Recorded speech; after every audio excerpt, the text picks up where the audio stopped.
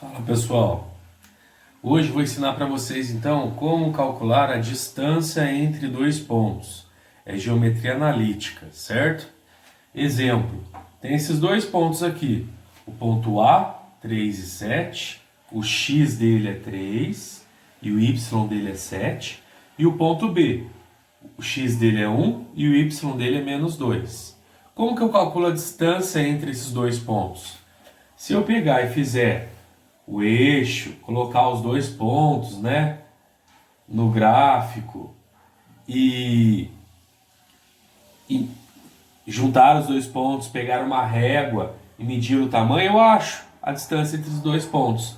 Porém, numa prova, no vestibular, você não vai ter isso para fazer. Então, tem uma maneira de calcular, que é a distância entre dois pontos. Por exemplo, distância entre A e B.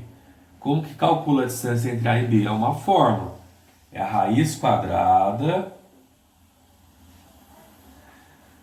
Daí aqui vai ficar o x do ponto A menos o x do ponto B ao quadrado mais o y do ponto A menos o y do ponto B, também ao quadrado.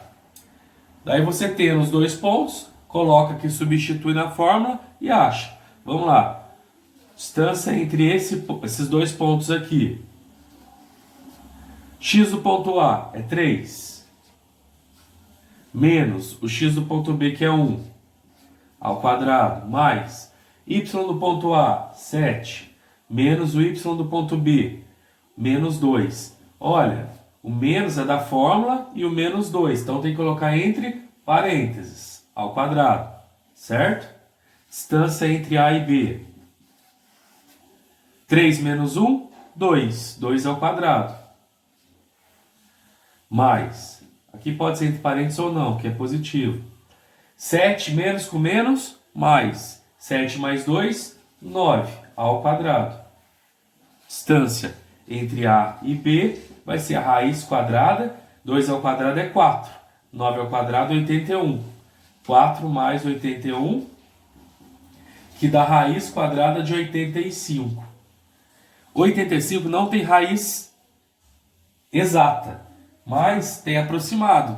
É 9, alguma coisa, 9,1, 9,2.